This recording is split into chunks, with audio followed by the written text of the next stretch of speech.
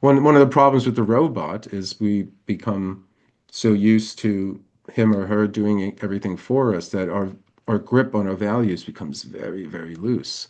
And that's why Wilson would say it takes a kind of crisis or some shock to like wake us up. And Gurdjieff, he invented a whole system of like artificial shocks and artificial crisis in order to induce this in people. You woken up again in the sense that, oh, you suddenly remember how important whatever it is, that which is important to you, its importance becomes real again. So this is this problem we have. We know these things are real, and in these moments of crisis, and it's like Wilson said, we know what when our freedom's threatened, we know exactly what it is, why it's important, and we'll fight tooth and nail to keep it. Once we secure it, invariably and involuntarily, we take it for granted.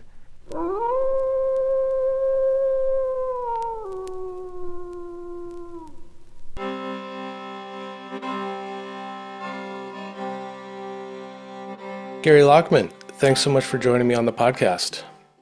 Well, thank you so much for inviting me. Yeah, it's been a long time coming. I've been reading your works over the years. I mean, there's so many, but I've really appreciated your kind of histories, like the secret esoteric history of the Western tradition, and your work on imagination. I love how you pull together so many different sources into a narrative thread that is actually highly readable and compelling for a non-academic person like myself. Well, thank you. Well, I consider myself a non-academic myself because I'm not. I mean, in the sense that I'm not part of any university. But I like ideas, and I like putting them in context, the people who had them, and the world they were in when they had them, and the effect and all of that. So, I mean, I always say I don't consider myself a historian per se, an academic historian, but I do write about the history of this or that. So popular. Could be a bit more popular, but it's all right. But I just and I one of the things is it's not as if I know all this and oh here I will reveal it to you all. I'm learning it as I'm writing the Hmm. book. I mean, it's an old saying, but it's true. If you want to learn about something, write a book about it. And so I'm sort of with the reader. I'd like to be the reader is accompanying me, and I'm accompanying the reader on this, journey of discovery about, okay, well, what's Jung about, or what's Madame Blavatsky about, or Rudolf Steiner, or whatever, from my, perspective and all that. So it's I like to keep that narrative, aspect to it. And I think in a lot of academic writing, you just don't have that. Hmm. That's considered some concession to popular style. It's not in keeping with, whatever this area, this sort of area. It's a kind of esotericism in its own way. This academic writing, Yeah. you have to kind of hit the right note and that kind of stuff. So I like the idea of a sort of popular. Yeah, I think people like ideas. I like ideas. So I think that I can't be the only one. I think there's people out there that like ideas, and ideas can be thrilling, and you can put them in this kind of narrative form where there's like a drama to them. Yeah, and that really comes across in your writing that we're going on the journey of discovery with you, and I get the sense that your work is always propelled by your own curiosity about things, and so I feel kind of met in my own curiosity when I read your work, and we just share a fascination with a lot of similar figures and their ideas, so I'm excited Well, to I'm dive glad in. I'm glad that you've enjoyed reading them, and that's the sort of response I'd like to hear from people that they feel like they've been learned something, and that's because that comes from my own. That's the sort of books I like to read. And one writer that influenced me a great deal, Colin Wilson, wonderful British writer who was encyclopedic, in his interests in many ways, and wrote, but he was infinitely readable. But he introduced me to a great many things, and if you followed up the different trails that he sort of started, this person, this writer, this connection, um, which is I did, and you get a kind of education just doing that. And so in my own way, I like the idea that readers can do that. They can follow up, some of the paths that you kind of point them in the direction of. Hmm. Yeah, I do want to talk about your relationship with Colin Wilson in more detail later. But first, just to say, we're here on the occasion of the publication of your memoir. Well, I guess it would be like your second memoir, the first one being about your time in, the kind of post-punk new wave movement in New York in the 70s. And this is really about your journey from that into becoming a full-time esotericist and author. Yeah, well, it's kind of the prequel and the sequel, Mm. and in a way, it's sort of the earlier memoir, New York Rocker. I mean, that was written by Gary Valentine, and that's the actual Right, author's name pseudonym. on it. But this one is Gary Lachman. So the first one, my rock, that has all the rock stuff in there. So it's still in print. So if you want to, I mean, there's quite a bit of it in the new book, but that one is just it. That's all. That's what that is. And but yeah, this is more leading up to that. How I went from wherever, to the teenager and kid and all that to getting into Blondie and my own band and being in that scene for a while, and then getting out of that scene and then reinventing myself over another 10 years. At the same time, trying to find a place for myself in the world after being, I was never a star, but I was in that world, Mm. and if you're in that world at an early age, it's quite a bit of a jump to go from, well, basically you're on the list and then you're not. You know Mm. what I mean? So you're on the list for a while and then you're not. So it's got, but in some ways it wasn't too much of a, kind of blow for me because I would kind of turn my back on a lot of that because my career change after playing rock for a good 7 years was I was going to teach philosophy, so that was rather Right. different direction to go in. But yeah, it's touched by the presence. The subtitle is From Blondie's Bowery and Rock and Roll to Magic and the Occult. Publishers like you to have, a subtitle Yeah. now that the saying here in England, it's sort of like, does it do what it says on the tin? Meaning like, this is Mm. this is what's inside. Yeah. So here, this is, so after a couple attempts by the publisher to come up with something, I came up with that, which is pretty clear what it is. Hmm. Yeah. How familiar are you with James Hillman, who is an acolyte of Carl Jung's and went on to form his own archetypal psychology? Well, I mean, he was all the rage. And when I was working at this well-known metaphysical New Age bookshop in West Hollywood, in Los Angeles, in the late '80s, early '90s, called the Bodhi Tree. Hmm. It doesn't exist anymore, but it started up in the '70s. These two fellows who worked for Lockheed in aeronautics, but they were Buddhists and they wanted to do something more meaningful. Hmm. So they opened up this bookshop in the wake of sort of the '60s fascination with the occult mysticism and Eastern religions, and then in the '70s, it carried on. And then I started working there. Yeah, during this period when I had stopped playing music and was trying to find myself, as it were, as if I had misplaced myself like the house keys or something like that. But so I was working at this bookshop at that point in the sort of mid '80s and into the early '90s, and I was doing a philosophy degree at the same time. So there was these kind of strange parallels or kind of polarities. So like I'm reading Hegel and Wittgenstein during the day at university, and then I'm talking to people about the tarot or the aura or crystals and things of that sort in the evening. And I like to think that somehow that polarity continues on and sort of not that I consciously tried to do it, but it kind of came out and how I write because I'm write about all this sort of stuff that we were selling in the bookshop at the time. But I do look at it from this kind of philosophical kind of perspective. Mm. Yeah. So I guess that was around the time that Hillman came out with his bestseller, The Oh yeah, Soul I was going to Stone. say yeah. So Hillman, he was like yeah. So he was like all the rage, and actually I knew people who were going to Pacifica Institute, which was kind of his thing, or it was they were doing archetypal psychology. But I mean, I have to say I get more out of more strict Jung Hmm.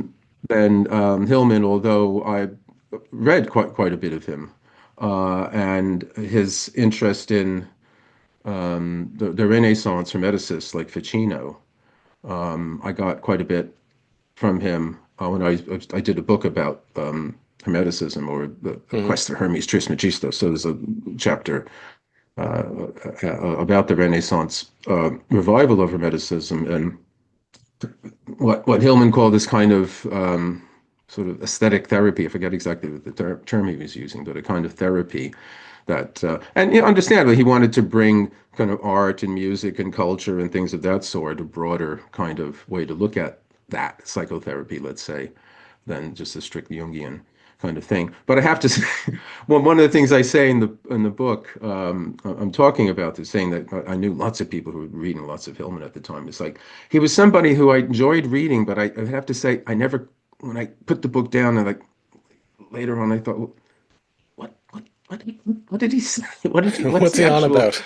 what's the thing? But I think that's kind of like, oh, they were saying, no, no, no, you're not, no, no, no, it's not like that. It's like you're It's not a approaching it in this different, system, and yeah, I yeah. know, you're approaching it in this different kind of way. So it was one of the first times I was accused of being too rational when I was trying to understand it. Yeah, yeah. Yeah, hanging around with followers of Hillman's ideas will do that to you. I mean, he's very deconstructionist and Mm. hard to pin down and all of that. But I was thinking about him reading your memoir because one of his ideas that I really like that he put forth in the Soul's Code is what he called the acorn theory, which is really a Platonic idea that we come into this life with our destiny and our character predetermined, and that our daimon is there to help guide us toward becoming ourselves. And in the Soul's Code, he puts an emphasis on like the Kierkegaard idea of that, you know, you live life forward, but it can only be understood reading it backwards. And, you know, reading a memoir or biography fascinates me, but I'm always listening with that ear for Mm. signs where the acorn is showing Mm. itself early in life. And Mm. in your Mm. book, you talk about your childhood and being really into comic books and superheroes and those kind of magic and occult compendiums that came out back in the 60s and 70s, which I resonated with a lot. I mean, that was my life in the 70s and 80s growing up. And I'm wondering for you, like, what was it about those figures, if you look back, that showed the inkling of who you would become and what your Mm. interests would be back then? Well, I like to kind of say, and I wrote a short article about this for the Times Educational Supplement or Times Literary Supplement years ago when my sons were young. And I was introducing them to superheroes, not so much through comic books, but through some of the cartoons. There was a fantastic Justice League series and Superman Batman series in the early 2000s. They were like some of the best things ever done. And I was reliving my sort of childhood fascination with all that through and bonding with them. But I wrote about how superheroes are kind of models of, you know, sort of self-actualization, you know, and models of becoming, you know, who you are, and which is sort of the theme running through the book, Mhm. the memoir, you know, how I became who I am.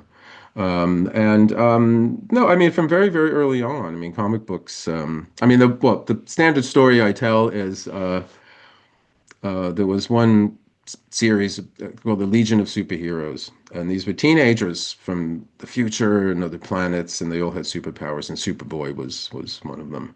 And one of these characters was named Cosmic Boy, and he had magnetic powers.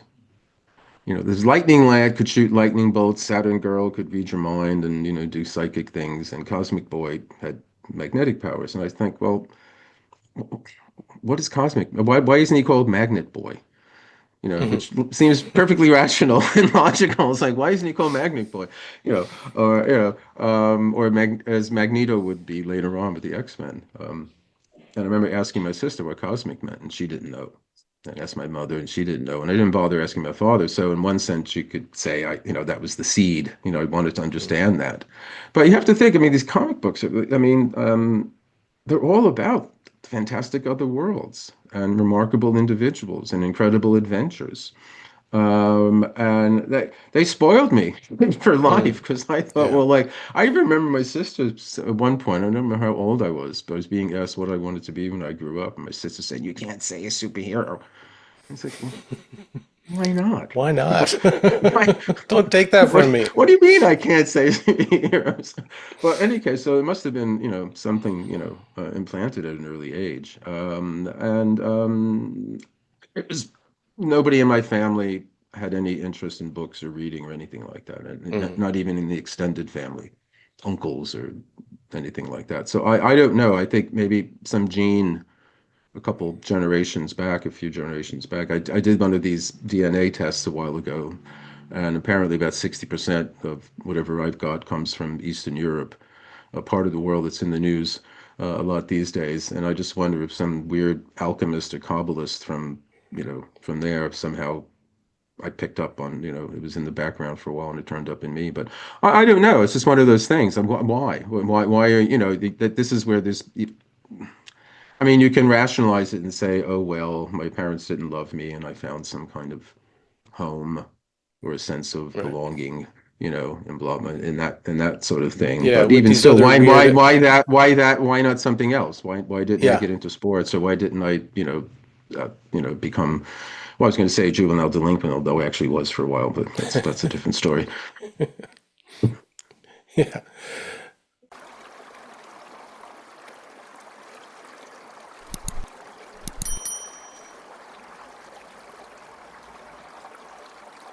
For me in the 80s, I remember being up at a French summer cottage and finding a stack of these comics called The New Mutants, which was like part of the Marvel X-Men universe. Hmm. But it was like a kind of a reboot, I guess, of the Justice League that you're talking about with these teenagers. So it was these teens that were just a few years older than me discovering that they had these superpowers, and that made them like outsiders. And then they were drawn together into this group and given like training and apprenticeship of their powers. And something about that, the being like being found by a mentor and being apprenticed and developing your secret power was really attractive to me and is one of those threads that runs through my whole life, always looking Hmm. for ways to develop those kind of esoteric powers and finding a mentor or a guide or guru that would help Hmm. awaken this and feel that sense of belonging too as an outsider. That was important to me Hmm. too. Hmm. Well, I guess, it's search for the teacher or the guru or something. I mean, it could be an individual, or you just get it, through reading books. I mean, for me, books had Mhm. tremendous impact. Although there was one person I do write about in the book, who had no idea the impact he had on me, and but this was a high school teacher. My senior year of high school. This would have been 1973. And um, I got kicked out of the English class. I was always a troublemaker, so I was always an outsider. I was always a bit too smart. Nobody likes a wise guy. And I was all that kind of stuff. So I got kicked out of the class, like the very beginning of the year, the one English class. And this is why I missed out on Shakespeare. So I was put into the library for like the first 2 weeks before they somehow, I don't know why, it's trouble to get me into another class. And it was no punishment to me to be put in the library because I always felt very at home in the library. I got an education at the library. I cut school to get an education at the library. But they put me in this class with this new teacher. He was a young guy, and he was very progressive. And he somehow pegged me, saw me as, oh God, this guy reads, and that kind of thing. So he started handing me books to read, and he taught the rest of the class whatever the standard curriculum was. But he was like I remember the first thing he handed me to read was because I somehow came across Sartre or something like that, or some existentialism. And he gave me Sartre's little book, Existentialism is a Humanism, which was this. I subsequently came to understand this was a famous lecture that he gave. Um, and it led to Heidegger writing something called Lecture on Humanism to separate himself from Sartre's existentialism. But me, although 17, did not know that then, and I was sort of like, well, I asked them what was existentialism. Now I got to know what humanism is as well. So, but it was this thing that he just started handing me books to read, Nietzsche and some other things, and he would test me on that. So, I mean, he must have been bored. But I don't know how long he lasted at this high school because I graduated at the end of it, so I don't know whatever happened to him. But he even like he invited some of us back to his place to smoke pot and stuff like that. So that was like very radical back then in the Yeah. 70s. But yeah, he was like someone who noticed that I was interested in all this stuff, and he kind of gave me a push in that direction. But then you come across other people in your life, and then sometimes you don't even know the influence they might have or the impact or what came out of that meeting until later on, down the line. Yeah, that's the looking back and understanding part, right? And seeing Mm, that moment when he recognized you and was probably really excited to find a curious mind, to mm, start feeding this stuff to, like giving you these breadcrumbs. mm. And I think it has something to do with like longing to find the teacher, the guide, the mentor. And so when we find someone else who we recognize, has the same kind of Mm. curiosity, it excites that part of us, maybe that mentor archetype in us. And Yeah, yeah, I think, and also I say in the book, it was the first male that I wanted some kind of approval from, or actually got it from, in the sense that dysfunctional would be, basically, yeah, that's kind of the default setting for my family growing up and all that, but that was probably true. I don't know. I tend to think that was true of a lot of families. I don't know. Maybe perhaps we were exceptional. I don't know. I always grew up. This is what family was like. no, People arguing, fighting all the time. This is yeah, like in Woody Allen movies. Like my mother hated my father hated my mother, and I hated them both. So I just thought this was just normal. And then here's somebody who's he must have been in his 20s, so mm, maybe 10 years older than me, so but old enough, and he said, oh God, he's interested in what I think about this stuff, and he's giving me this kind of stuff rather than I was like hiding books at home mm, and all that, but both for the content and also for the sexy covers on some of these um bantam paperbacks, the Herman Hesse, because I was one of the adolescent, casualties of the Herman Hesse posthumous craze in the States. He suddenly was a best-selling author again, um, not too long after his death, starting in sort of the late 60s. And but they had these very kind of slightly kind of erotic kind of covers on them, and I remember having to hide those. And then, yeah. So I mean, I was sort of this life, where I had to like hide all of that kind of thing because it was challenging, and it's understandable. My parents, they were, they were high school dropouts, or in the sense that they economically they needed to because they had to work for their families. They grew up, in the 30s and the 40s and all of that sort of thing. So it wasn't unusual for people for their generation not to go on to have like, more of an education. mm, But I just think I was just reading all the time, and I think that, they probably. But I also wonder. I mean, the context of comic books. There was this famous book, The Seduction of the Innocents, by this psychologist Frederick Wertheim, if I'm not, or Wertheimer. I can't remember his name exactly right now, but something like that.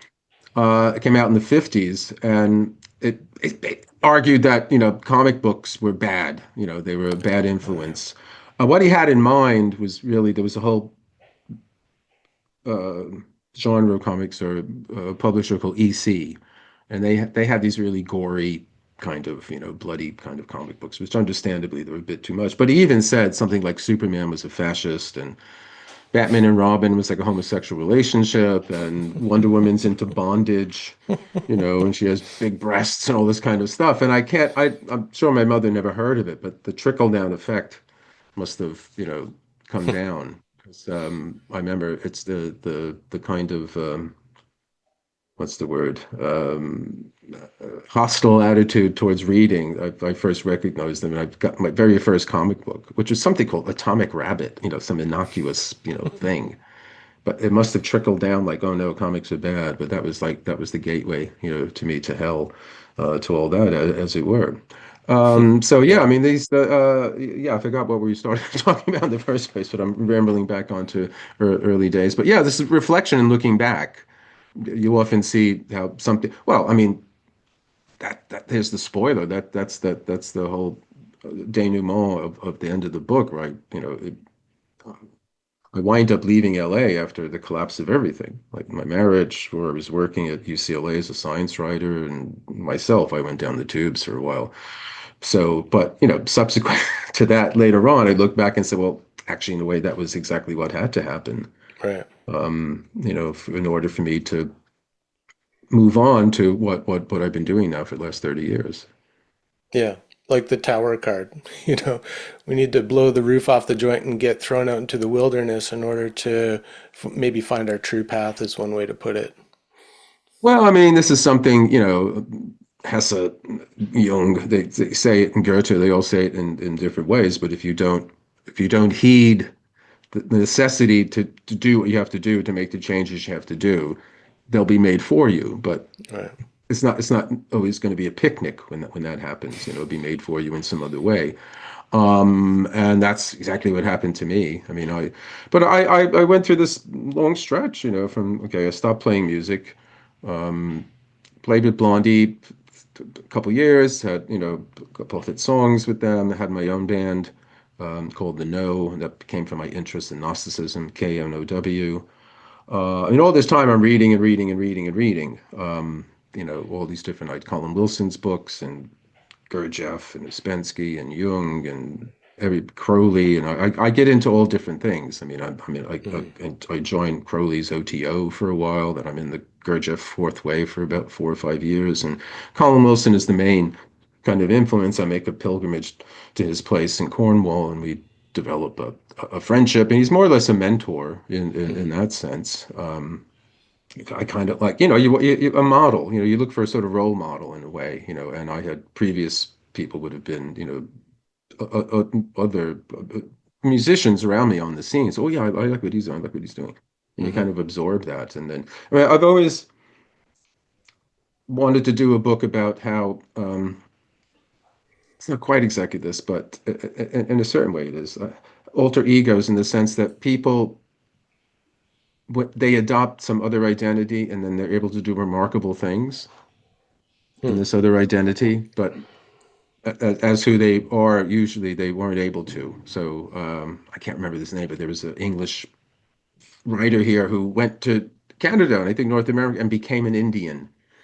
He became like a Blackfoot, and he wrote books about it. But he was like some guy from Devon. But he but Hmm. he became this other one, and he did all this other things. And that's kind of like the superheroes. You have a secret identity. Hmm. Mild-mannered reporter for a great metropolitan newspaper by day, and then you're Superman every time you go into a phone booth. Yeah. Although now I wonder now where would Superman change his into his costume because I guess there's still phone booths up and around, but they're not quite the same thing as they used to be Yeah. back You'd have to duck into a bush or something. then. Um, yeah, it's interesting. Like when you were in the rock and roll scene, you took on this pseudonym, Gary Valentine.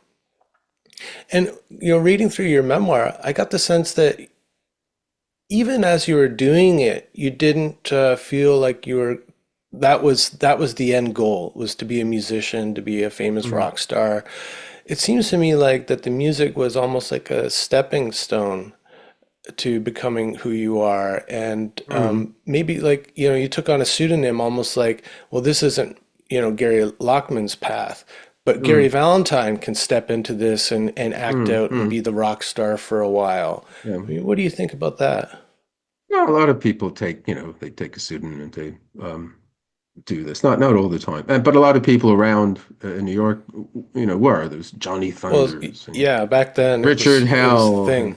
Hmm. Alan Suicide. And I say they all had these very grim, kind of names. And I thought they were all angry. I wasn't angry about anything. I was doing exactly what I wanted to do, and it was, a lot of fun. I got Valentine from Henry Miller, who was at the time a favorite writer, and his middle name is Valentine.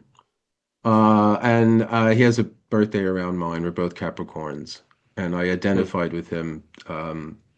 Because prior to playing in Blondie, I was living in New York, um, considered myself a poet and was writing rather bad poetry, not consciously trying to make it bad, but I subsequently learned, yeah, Right. it's pretty bad stuff. But doing that and starving, working as a messenger, and Miller had worked as he worked for Western Union, not quite the same thing, but I mean, it's literally, I Hmm. was taking packages from Midtown Manhattan and wherever they needed to go, 74th and Amsterdam Avenue, whatever. Is that you or me? I don't know. The streets outside, I could, like, trucks going Oh, by. yeah, I think it was on your end. So I identified with that. And also I said I didn't have this anger, Hmm. about things. And I had more of a pop. And it just was to me, I couldn't, in some way, I couldn't believe I was doing because I really wasn't a musician. Where I grew up in New Jersey, I knew lots of musicians and I hung out with them. And the drummer in Blondie was Clem Burke, who passed away earlier this year. He, I knew him from high school. I used to see him play in dance bands, in high school dances and stuff like that. And that's how I got into playing Blondie. The bass player they had, Debbie kept losing band members. She kept losing bassists and drummers and things like that. And so they lost another bass player. And I was living in the storefront East Village with a guy who originally turned out to be like the weirdest guy in Bayonne, New Jersey. He was the William S. Burroughs, Oh, of yeah, Bayonne, New right. Jersey. Yeah. And then he turned into Born Again Jews for Like Jesus. Jesus freak. Oh my God, it was like the weirdest. Like suddenly he was like Alex from, Clockwork Orange. And then he's found, the blood of the lamb and all this kind of weird shit. Excuse my language. But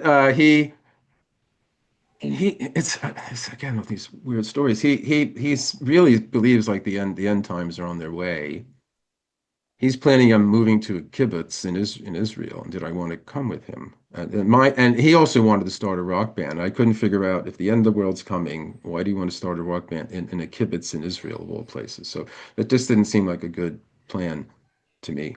So I got kicked out of this place where I was living with him, and then I was homeless for a while, and then I had started playing with Chris and Debbie, and then Debbie actually took me in. She had this tiny flat in Little Italy where she was living with Chris. And I see you've got a guitar and an amp, you got a Fender in the background and all that. And I was like another because she had a tiny flat in Little Italy on Thompson Street, and look, one room was filled with guitars, and I was just another part of the equipment, like I was plopped down on something. So, but yeah, I mean, I just kind of learned how to play. I mean, I kind of could play a little bit from hanging out with people, but I wasn't really considered a musician. But that was one of the things at that time. Yeah. It was more about having energy and to me, what was I think one of the good things about my not being a musician, so to speak, is that I didn't feel like, oh, I'm not good enough to write a song. Because Hmm. I knew people who could put on the headphones and figure out, Jimi Hendrix or whatever, name some fantastic guitarist, and they could get it down perfectly. But I think that attention to detail and perfection in some ways would inhibit one from, because for me it was, oh, that chord goes with that chord and that one too. Yeah. Wow. That was like, and I just wrote a song, Hmm. and I didn't, and then another, and oh, there's four chords in this one now. So that was just, it was new to me. Hmm. And I didn't have any inhibitions about thinking that I couldn't write a song. So I just plunged into that. Well, and And also like, I was going to say the poetry that the songwriting yeah. came out of the poetry turned into the songwriting, and the music came out of listening, growing up in the '60s and listening to all this great one hit after the other on AM radio in the 1960s when I was a kid. Yeah. Well, that's kind of like Lou Reed's formula too. And that scene at that time was full of these romantic poet types who picked up guitars, like Patti Smith or Tom Verlaine. I mean, they really identified with the romantic poets, and Mm. I just find that juxtaposition between that kind of sensibility, the aesthetics of that, and the griminess of New York in the 70s and early 80s. I mean, what do you Mm. make of that? Like, why were all these romantic poets drawn to this scuzzy downtown scene? Well, because you could play, there were places you could play. That Hmm. was like, necessity. I mean, I came in the official sort of font and origins of that New York scene was a place called the Mercer Arts Center on Mercer Street, and it was like a multimedia center. So there was music, there were early videos and Hmm. performance art, and it was kind of crap. So that literally collapsed. The building that was in collapsed, and the next place that started letting people play was a drag club called Club 82 that had like Errol Flynn hung out there in the 50s and mafioso people and it's like weird. So they started letting bands play there in a couple nights a week. And the New York Dolls are one of the famous bands who played there. And New York Dolls were this great band who sort of like early Rolling Stones. And in the era when King Crimson and Yes and any number of prog rock bands were writing these gigantic Wagnerian sorts of works. They just got back down to simple rock, three-chord rock, and they were a glitter glam band. So they drew, they dressed up. So that was the scene. There was a famous concert of theirs, a show they gave at Club 82. They were all in drag. So this was this, sexual ambiguity, Walk on the Wild Side. Bowie and Lou Reed started hanging out at this place, and I started hanging out there with the weird guy who turned into before he turned into that. And that was the first time I ever saw Debbie Harry because she had a band called the Stilettos. It was in a band called the Stilettos, and they opened, I think, for the Dolls one night when I saw them play there. And then the next that kind of that glam kind of scene gay, campy atmosphere kind of died out.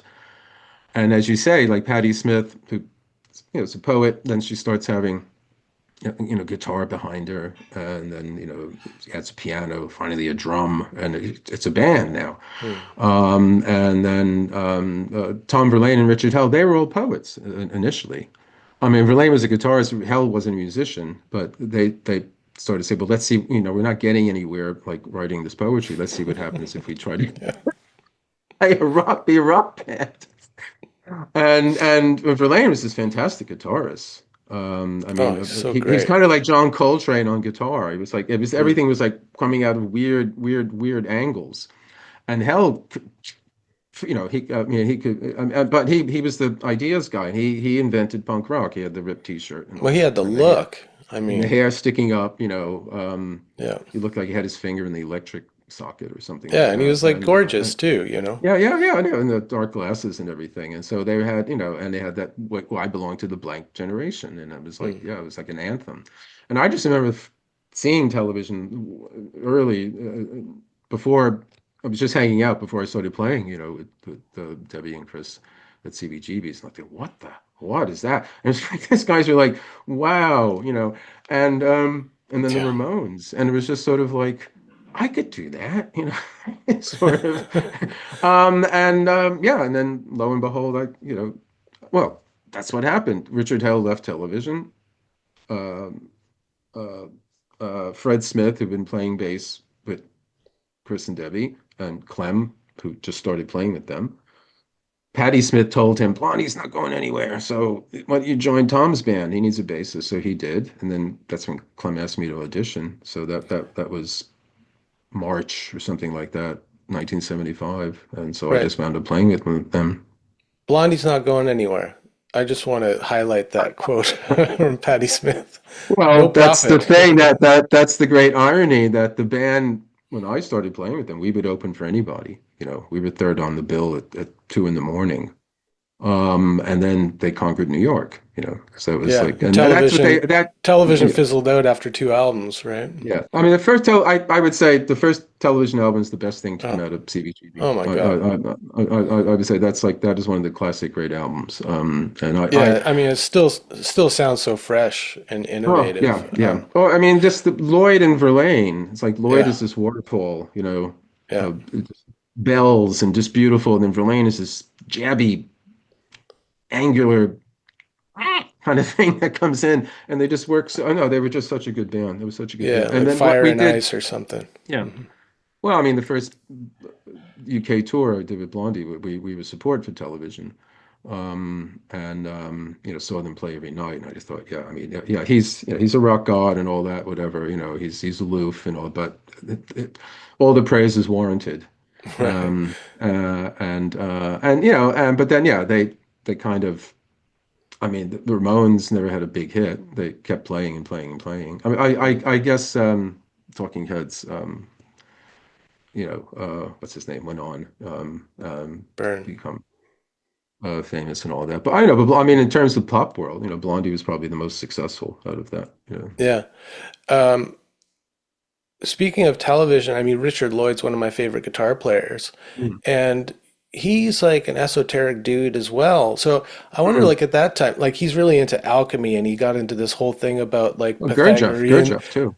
Pythagorean theorem in Mm. terms of Mm. like the harmonics of the guitar and really nerding Mm. out on that stuff. I mean, did you ever have conversations about the esoteric and occult with Richard Lloyd? Not at the time, but subsequent to that, to the miracle of Facebook, um, we had a couple conversations because he's very much into the Gurdjieff work and the Fourth Way, and I was involved in that myself in the early '80s in New York and Los Angeles, and I write about that in the book.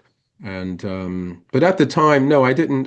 When I was in New York and got interested in all this kind of stuff, it was kind of something I'm sure the people were interested in, but I didn't know anybody else at the time. I just was kind of doing it on my own. But subsequently, Richard and I have had a couple exchanges about some of the aspects of the Gurdjieff work, and he's a very serious musician, and I know he takes that seriously. And like Robert Fripp was another great guitarist who was interested in the Fourth Way work as well through Jane G. Bennett, who was one of Gurdjieff's students and set up a place here in England called Sherborne that was kind of alternative, educational place. But no, I mean, you can, I mean, so, in my later life, when I was writing about this, people would get in touch with me, say, "Oh, did you know back then that so and so was doing such and such?" And I said, well, "Actually, no. I was just a kid on my own, going to Weiser's books and getting these books and reading them and getting stoned and reading this in Mm, this loft we lived. But it was just it just introduced me to this whole world, and it was absolutely fascinating. I mean, starts out as a naive enthusiasm, and literally I was introduced to it when we moved out of this tiny flat that Debbie had, and we got this loft space on the Bowery, just stone's throw from CB's and the guy who had a lease on the place and rented us our floor, he was a wild gay biker artist into the Hells Angels, but he was also into Aleister Crowley, and he would he had the Crowley Thoth tarot deck, and he would do these readings, and then he would read from Crowley's Diary of a Drug Fiend, and I just became very interested in from that because I didn't have any interest in magic per se. I mean, I liked H.P. Lovecraft and weird tales, weird fiction, and I liked all the horror films from the 30s and 40s and that kind of stuff, but I didn't take magic seriously. But I read a lot. I was reading a lot about existentialism and just literature and so on and so on. So I was always interested in something new to read about. mm, And this was at the same time that I came across Colin Wilson's book, The Occult, which is so I subsequently learned it was his comeback book. It was published in mm. 71, and I was reading it in 75. And it was just such a page turning, enlightening, revelatory work for me. And I didn't know that he had a whole 15-year career writing about existentialism and things of that sort. But he brought all that to this book about, you know, Crowley and Blavatsky and Gurdjieff and Rasputin and the Hermetic Order of the Golden Dawn and witchcraft and psychic Right. It's phenomena, like a one of variety these of other things. broad historical overviews, Yeah, right? Where he's pulling together all the different threads. yeah, Well, and it's a, like a context of a philosophy of consciousness, trying to bring it all together. So, right. Yeah. Another one of Hillman's ideas that I really like is his idea that it's really helpful to know what well, he calls it like the spiritual family tree. So to know what tree you're on. And so who are those people who, living or dead, whose work really resonates with you, who you keep going back to for nourishment, hmm. and seeing these people as kind of, even if we never meet them, they're kind of like spiritual mentors in a way who send us or help us along on our journey. And so reading your memoir, there's a few people I think who I could say, oh, these are like the people who are on Gary's tree. But like Colin Wilson seems so, he's like maybe the trunk of that tree.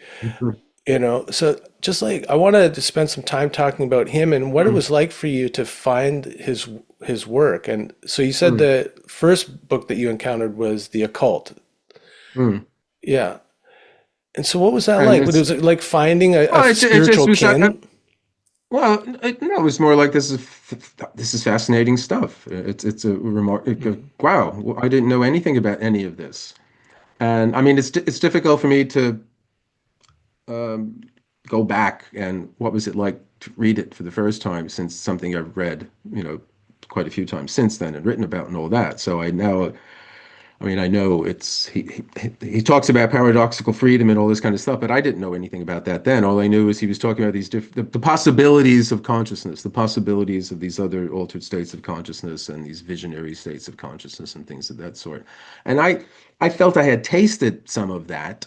There's something called faculty X that he talks about throughout that book, and he just calls it that because he we don't have a name for it, and it's what he says is the ability to grasp the reality of other times and places. So it's not a nostalgia for any particular time and place, but it's that an imaginative grasp of the reality of some time other than the present, because we tend to be kind of hypnotized by the present, by what's immediately in front of us. We tend to take that as real, but we know intellectually reality extends beyond the present, the four walls of this room I'm in. But we might know that intellectually, but we don't kind of feel it. But in these moments of what he calls faculty X, we suddenly become aware of the reality of it. So the famous example he always points to, and again, this I didn't know this at the time. I was being introduced to this at the time. But if you know Proust's novel Remembrance of Things Past, in the beginning, the narrator. Haven't read it, but I've heard of it. Okay, well, the famous Yeah. famous beginning opening of this, where the narrator tastes a little cake called the Madeleine, and it's dipped in a tisane, an herbal tea, and he tastes this, and suddenly he's lifted up above his life, and he doesn't know what's happened. Like, what? Oh my God! And he's like, the vicissitudes of life seemed innocuous now to him, and he was immortal and all this, and he realized when he was a young boy, when he was on holidays, his aunt, I think, would give him that. She would do that. She would dip her little Madeleine in her tisane and give him a taste. So factually, he knew that that had happened. He knew where he spent his holidays when he was a kid, and he knew, having that. But the reality of it came back in 3D, HD, whatever feeble attempt we tried technologically to outdo reality, that was happening to him there. And so Wilson finds similar other examples like that. And it's a sense that, and I've just finished doing a book about this. It's Hmm. with the publisher now. It's not it won't be available to sometime next year. But it's a sense where we think we know something, and then you can really know it, or I say knowing in italics, Hmm. and we don't have a language for this. We don't have I mean, we can talk about gnosis in the esoteric condition. So there's two forms of knowing. There's episteme, which is the rational knowing or knowing from, trial and error or experiment or book learning. And then there's a sudden realization, sudden, really knowing something. Hmm. And Wilson brings out different examples of that, literary examples, and in his own experience. And I felt I had a taste of what that was like. It's a peculiar kind of, well, it's what I, in this book that I don't want to talk about too much, but it's what I call the of course effect in this. And it's of course. And Hmm. suddenly something that 5 minutes before meant nothing to you suddenly seems to be beaming, full of significance. Um, you can't Right. quite put your finger on exactly what the of course is about, Yeah. because we don't have a language to do that.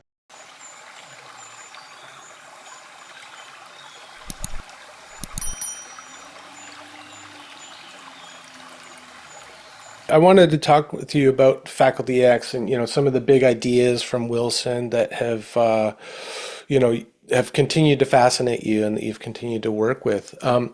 When the brief description that you give of it in the memoir, I was equating it to a kind of a sense of significance or meaning in an event.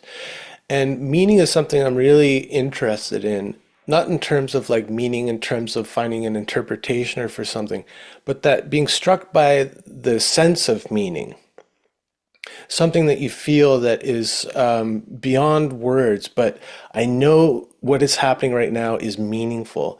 Is that something Oh like yeah, what yeah. he's referring to as Faculty Mm, mm. X? No, no, no. It would be the same thing. I mean, it's just yeah, and it's not only about other times and places. It's well, reality, meaning, significance, importance. They seem to blend in Right, it can have to resonance or be an echo through time, but it's and happening in the yeah, immediate yeah, experience. yeah, It's yeah. yeah. I mean, yeah, I mean, I talk in the book about how I would sometimes just find myself looking at something and it would take on this. I don't know how to say it. I mean, I guess in Zen it would be sort of satori, although I'm not claiming that I've had this, but it's the kind of you see the isness of something. Or Meister Eckhart has this wonderful phrase, Istigkeit. The Germans always have a good word for Hmm. these kinds of things. We don't have it in English. Just the things being. It's just it's reality there. When Isness. Mhm. as you say, we tend to because we have to deal with the world and maneuver Right. through it. So beyond And the name that we have for it, the symbol that we carry for the thing, but we mm, are mm, met by the thing itself. yeah, yeah. I guess the tataka or the thatness in Buddhism or something like that. Not that I'm a Buddhist, but yeah, or it's the poetic moment. Hmm. You suddenly it's I said it's the sort of thing where something that ordinarily you wouldn't pay much attention to. You see it in a different light, different perspective, different angle, whatever, however you want to account for what constitutes the difference, but and it suddenly has a significance that it didn't have before. But it's not something like significance like, oh, it's a clue to something else. You know what I mean? Yeah. Like, oh yes, now yes, that suddenly has significance, but there's a narrative. This doesn't have it's sheer, and this is, I mean, even Huxley, famously in The Door's Perception, talking about his account of his mescaline experience, this is what he's talking about. Suddenly, the sheer being of things struck him, Hmm. their there-ness, as it were. I mean, I said we tend to see things because we have to deal with the world. We tend to just see them as this kind of quick snapshot, or pasteboard kind of copy, not the full reality of them, because we have to deal with everything. And increasingly, the world becomes even more and more, noisy and mobile and changing, and we have to do that more and more. But in these rare moments when you find yourself in some mood where you're not doing that, and you look over, and it's that I'm seeing the leaf for the first Yeah. moment. You know what I Yeah. mean? Yeah. I'm seeing the leaf for the first time kind of thing. Which no, I've seen leaves millions of times, but no, no, you see it. It's because you're seeing it. Then you fully are there. Not well. Wilson has this term, the robot, and it's this handy Yeah. labor saving device we've developed to help us navigate through this very complicated, chaotic world. But it does its job too well, and it takes over doing things we'd rather do ourselves. And in those rare moments when it's off duty, then you are there. You're seeing the leaf. You're looking at the puddle.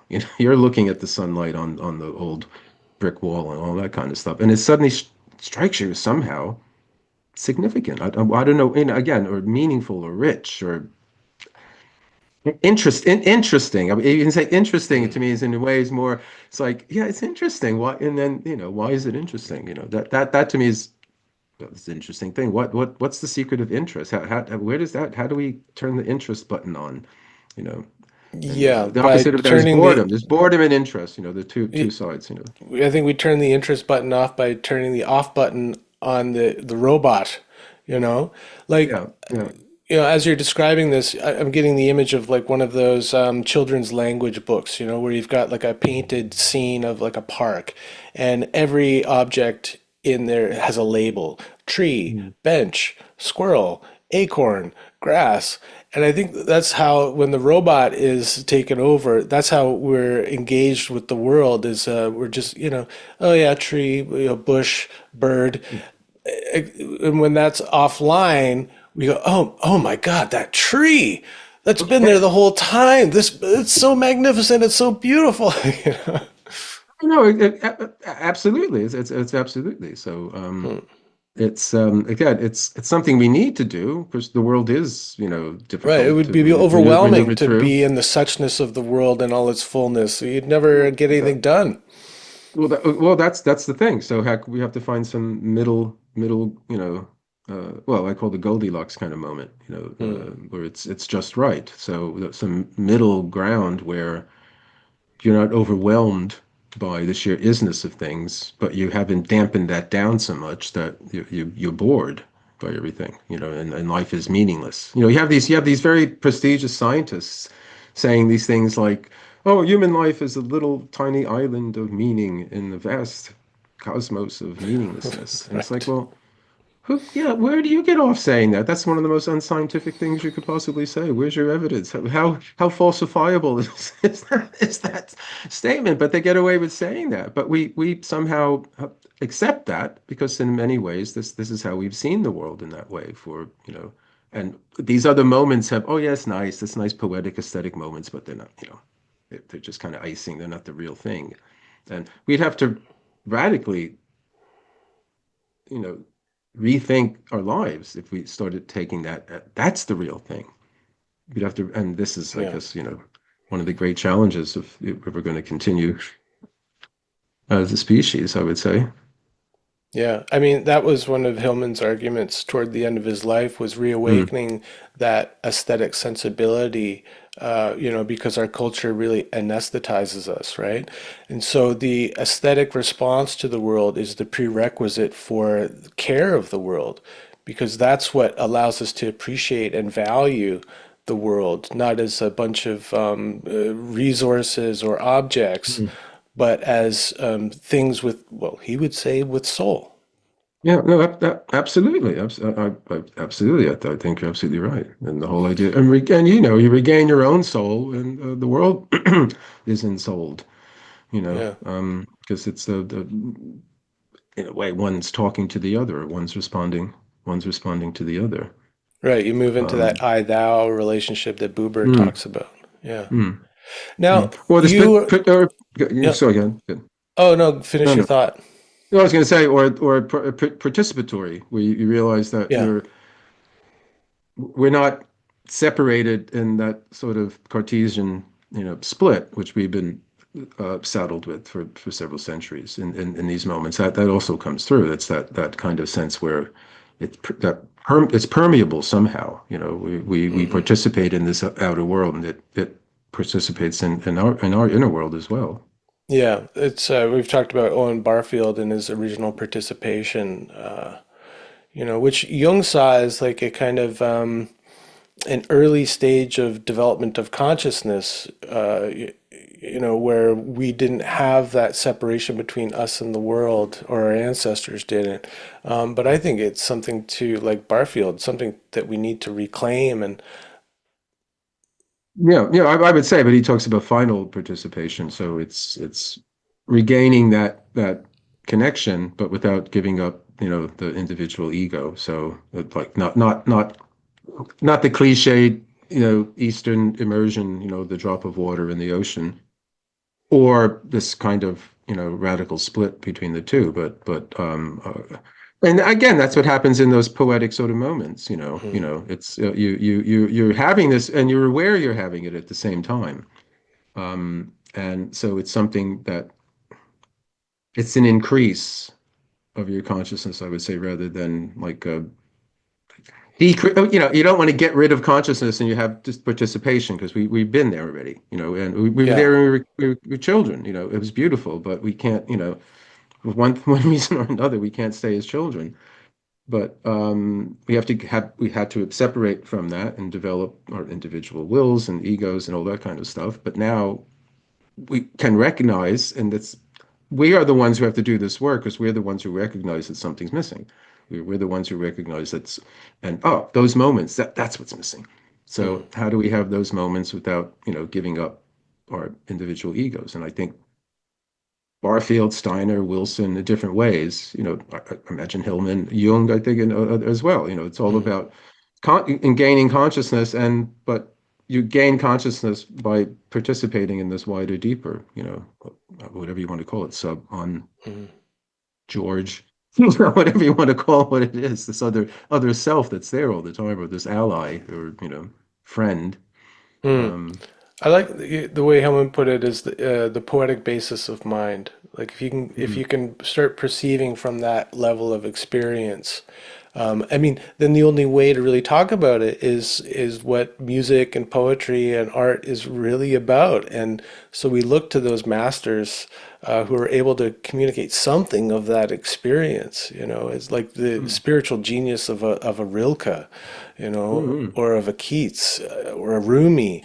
I mean, they're able to express something of that ineffable, otherwise ineffable experience. yeah. No, absolutely. You can't nail it down in a formula, Mm, but you can allude to it. You can point to it, and you can evoke it.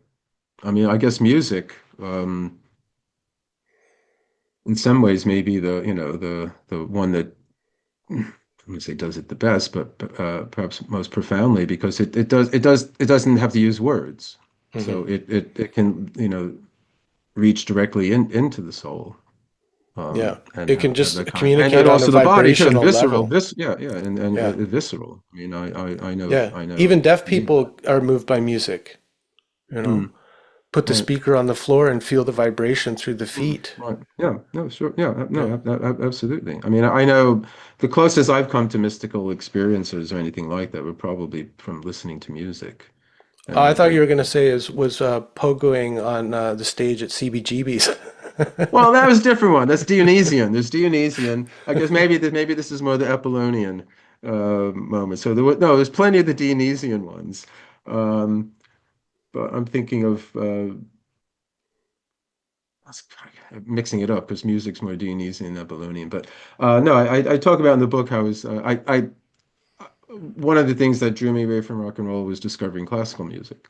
Hmm. And I tell the story of when I was living in LA and I was listening to one of the Beethoven's late quartets, which were considered, unplayable at the time. And I don't remember which one it was, but some listening to it, and I looked out the window, and there was a solitary star, and somehow I felt that, yeah, the music is reaching something in me that is as eternal as that star out there, and think things of that sort of sort. So that kind of moment of some realization of something eternal, in that way. So I mean, I haven't had too many visionary moments, that kind of thing, but it's more realization. I don't know, kind of again, it's this of course thing, Right. and then you later on you think, well, of course, what was I Well, saying? Of course about? that's like the psychedelic revelation. You're like, of course we're all connected, or of course this tree is alive. Then Right. you wake up and you look at your notes and you're like, geez, Yeah, I yeah, mean, come on. yeah, yeah. But I mean, But the but profundity, it's that sense of meaning again, right? no, That no, no, from the yeah, outside of no, that experience, you might just be like, well, of course, dummy, but when you're in it, it's like of course, like Yeah, eureka. yeah, yeah. No, I know. Absolutely. I think the revelation is real, and our job is to slowly and boringly try to find a way to talk about it. Hmm. Try to That improve on Rumi. I just mean well, you kind of Yeah. have to develop a language, you so because Well, yeah. I mean, you wrote about like Ian McGilchrist and his work, mm, Master and His Emissary, Left Brain, Right mm, Brain stuff, as being a kind of a good metaphor for mm, understanding that, what Barfield, spoke mm, about as participation or yeah, yeah, participation mystique and all that kind of stuff, mm, right? But mm, it's like a new language for it, using a new mm, metaphor mm, of the brain mm, hemispheres. yeah, And so I yeah. appreciate it. Yeah. No, and made a lot, put a lot of things kind of, oh, that lines up a lot of things when I Yeah. first read it. And it had a profound impact on me when I first read that because I could see, in many ways, especially when he was talking about philosophers like Heidegger and Wittgenstein, two different ways trying to say the unsayable. Hmm. Wittgenstein, smaller and smaller and smaller, we can't say, and Heidegger going the other way, being very prolix and all that. But they're both trying to say the secret thing that all philosophy always wants to get to, but you can't quite say it because it's something. Yeah. And again, this is the Eastern traditions. It's the shunyata or the neti neti, or even in, The Tao that can be named is not the Tao, and exactly, yeah, yeah. So, it's real. It's real. It's yeah, more real than anything we can else. circumambulate it. We can kind Yeah, of try to yeah, get at it from different yeah, approaches. We can't yeah. ever quite get there, except in that moment, which is impossible to put into words. Yeah. Well, I think this it is something about it because I mean, you can again, yeah, Rumi, Rilke, Yeats, the other, Rimbaud, whatever, they're all using language to evoke it. So it's not a Hmm. formula, it's a way to evoke that experience in you. Yeah. Whereas, Wittgenstein wants to stop philosophy because he doesn't want, clever, Cambridge guys coming, oh yes, well, here, this is the formula for moral, whatever it might be, or it's like he hated all that kind of thing. And oh well, if we can't say it in this way, then it's nonsense. We might as well not worry about it. All the things that they were saying shouldn't worry about for him kept him awake at night and, drove him suicidal and all that. And he wanted to keep them all away from all of that kind of thing. So yeah, it is that kind of, it's something you see, not with the eyes, but you see, I don't know, what do you want to call it? The soul? I don't know. Hmm. Uh, it's a perception or a realization. It's I guess people say awakening and things of that sort, but it to me it is literally something that oh Hmm. you realize something, and I think if you do that often enough, it sinks in you and it stays to a certain Yeah, certain well, it's degree. like a faculty that Mm. first gets awakened through some chance experience, electrocution, psychedelics, conk on the head, Yeah, yeah. a Madeleine dipped in herbal tea. It Mm, awakens that. And then I think what the practices are about is like cultivating or developing that faculty so it's more mm, accessible, more online, right? No, no, absolutely. And also you as you say it the knowledge, it just like 2 + 2 = 4 or Doesn't leave whatever, you. or Yeah. it doesn't leave you. You might not feel it all, but you don't necessarily have to have the experience all the time once, you kind of clock that this is the case. And so that's the whole point of having the experience often enough that you it becomes part of how you see the world, and then you change your behavior according to that or whatever you need to do Yeah. Or like, in yeah, order to live in the reassess way your in values. exactly, yeah, exactly. And that's exactly what all these things are about. And one of the problems with the robot is we become so used to him or her doing everything for us that our grip on our values becomes very, very loose. And that's why Wilson would say it takes a kind of crisis or some shock to like wake us up. And Gurdjieff, he invented a whole system of like artificial shocks and artificial crisis in order to induce this in people. We woken up again in the sense that, oh, you suddenly remember how important whatever it is, that which is important to you, its importance becomes real again. So this is this problem we have. we know these things are real, and in these moments of crisis, and that's like Wilson said, we know what when our freedom's threatened, we know exactly what it is, why it's important, and we'll fight tooth and nail to keep it. Once we secure it, invariably and involuntarily, we take it for granted, and it even becomes a burden. Oh my God, I got 2 hours to kill. What am I going to do? That kind of thing. Hmm. But if suddenly somebody put a gun to your head in those 2 hours, you would know, So so these characters he talks about outsiders, many of them they went out of their way to create instinctively they went out of their way to create situations that would make this kind of crisis around them so that they would. Yeah. But he said that's kind of stupid because we actually spend all our life trying to reduce crisis, to reduce inconvenience, to have a nice, comfortable life, and we could pursue other things. So why can't we appreciate the freedom when we have it? Why do we have to have it threatened in order for us to appreciate what it is? And he says, well, it's because the robot. So can we come up with something other than crisis to, so we don't have to put a gun to our heads to feel alive again? And he says, well, the imagination could be something that could do that. You can imagine putting a gun to your head, right? And if you Hmm. do it enough, you'll wince. If you really, even sometimes, you can imagine getting your finger stuck in a door and you involuntarily wince. So the imagination has that power to create reality in the sense that you have the same response to an imaginary event that you have to the real event. Okay, so why don't we instead of imagining blowing our brains out, why don't we imagine what we would miss if we blew our brains out? Because that's why it's a bad thing. We're going to miss all these other things. So you go Hmm. from a negative thing, imagining blowing your brains out, to a positive thing, imagining all that you would miss, and it's exactly your life now, more or less. You know what I'm saying? Hmm. You our grasp on, if you almost get hit by a car, say, Yeah. say you're depressed, whatever. Oh, life's boring and horrible. I hate my job. I hate my life. Hate my girlfriend. Everything like that. And suddenly you almost get hit by a car and you, oh my God, I I'm so know. glad. You're gonna But go you home just and get hug your dog and exactly, yeah, yeah, exactly. So can we come up with a way to use our imagination to grasp the why these things are important to us in the first place? Basically, to not allow our grasp on our values to loosen. Can we slip use our away. imagination to do Yeah. that? Can we do that? And that's what all art and poetry and music, religion, ritual, they do. They somehow Hmm. work to restore the reality of that perception. So is there a way for us to learn how to do that? Yeah. And So we and don't have Wilson to go to says once we such learn how to do extremes. that, we'll be able to, deal with things like, depression, existential angst, and all the kind of stuff that stops us often, a bit more, positively. Mm-hmm. Yeah. What was that? What was that thing that Nietzsche said about if you've got the why, you can deal with any how? Yeah, yeah, yeah, yeah, yes. If human beings have a why, they'll put up with anyhow. Yeah. So if you have a reason for doing things, that's overrides, you know, whatever horrible conditions you might have to be working in.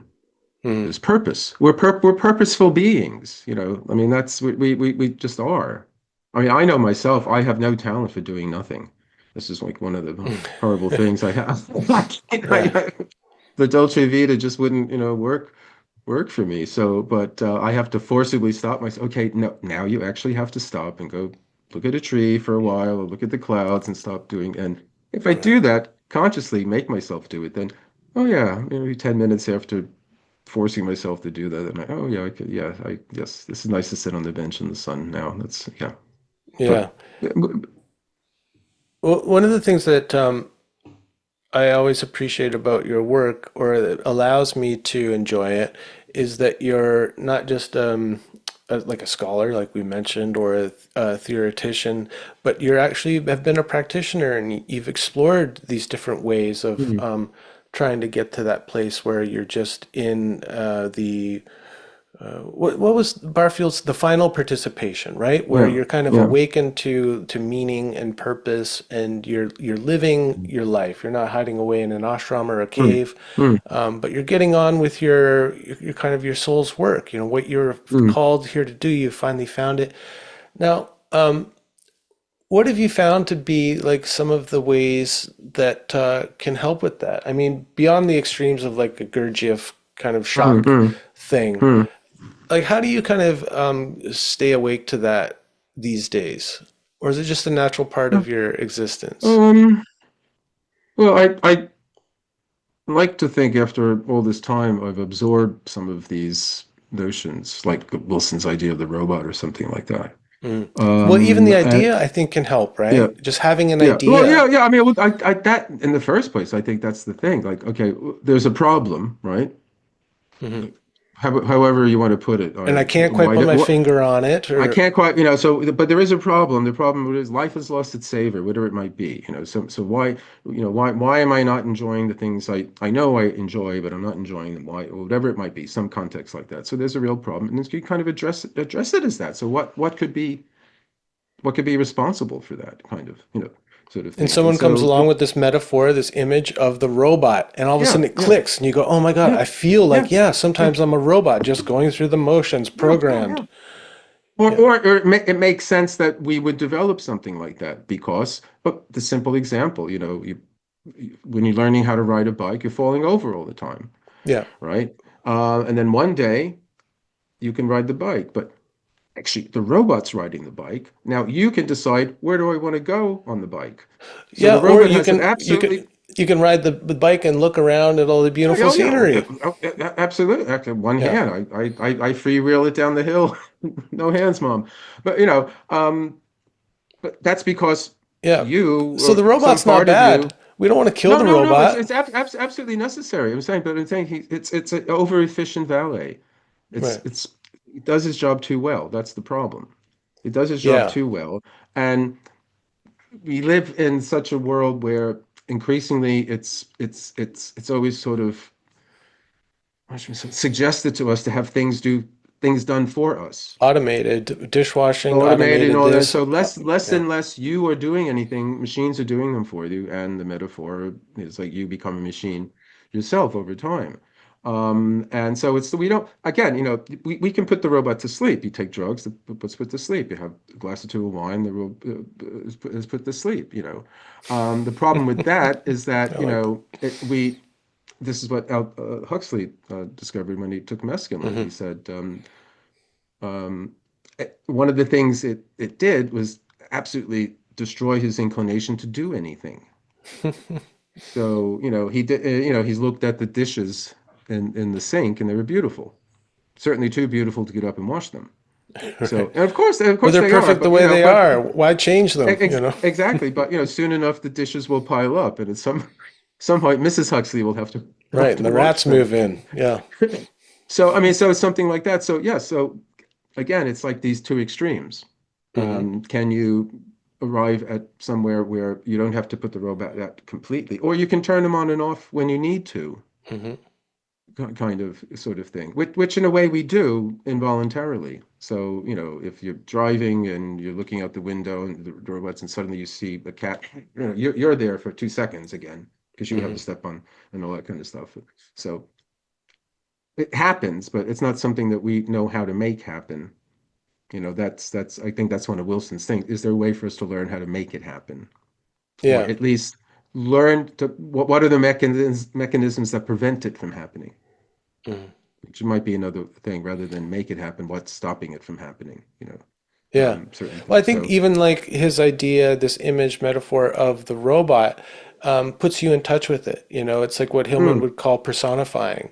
And hmm, now hmm. all of a sudden we've got something to relate to. We've got this robot. And like, look, I appreciate this robot. You know, if it wasn't for him, the robot is maybe also in charge of like our organs and our digestion Oh, and all these oh, things that if we were conscious of, like, it'd be too overwhelming and we'd probably die pretty quickly because we'd lose track of something, right?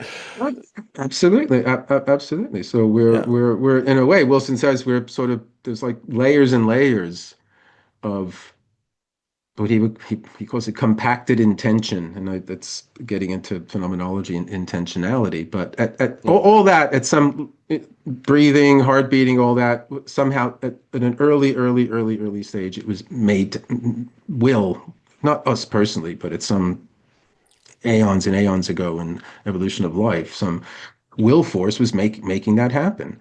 And then Right. it gets carried over, and so we have all that layers and layers and layers of this stuff of us that's we've inherited.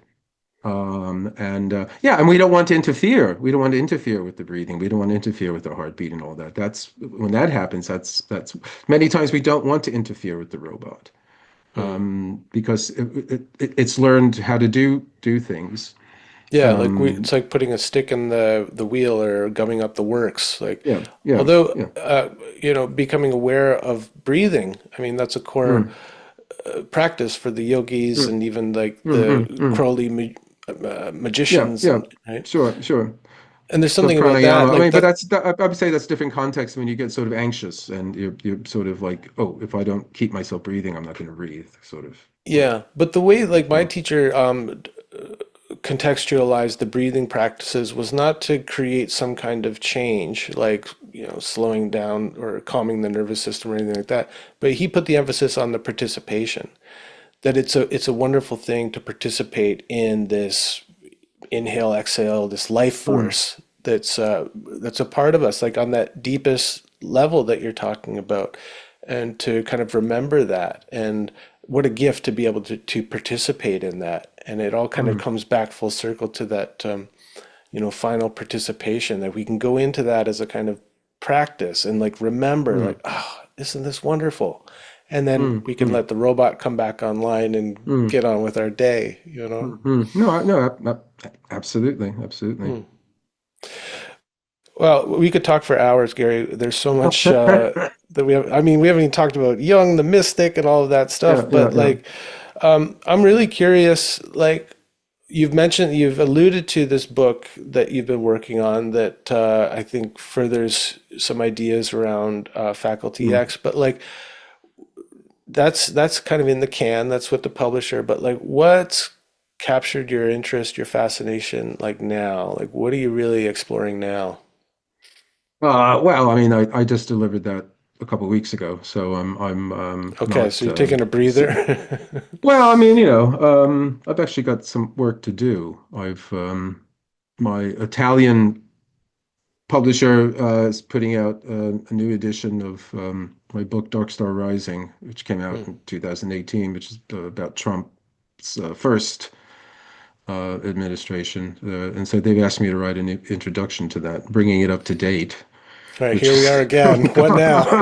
well, even like God, I can't. I don't even want to go there right now. It is very scary, and Mhm. forget about being an alarmist. Yeah, the alarm's going And off. Can you hear it? oh God, it's just, so that's I'm Hmm. doing the reading and I'll have that done. But I've got in I haven't posted it yet, but in February I'll be doing a four-part course for the Philosophical Research Society online, an online course. It's basically about sort of the roots of esotericism in ancient Alexandria. Hmm. So I'll be looking at Gnosticism and Hermeticism and Neoplatonism and early Christianity.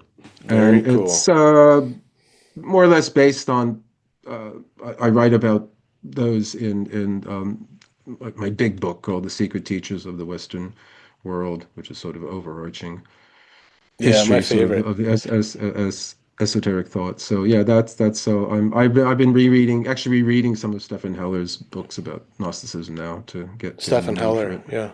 Yeah. Um, I have to ask you, you're talking about Colin Wilson's notion of the robot.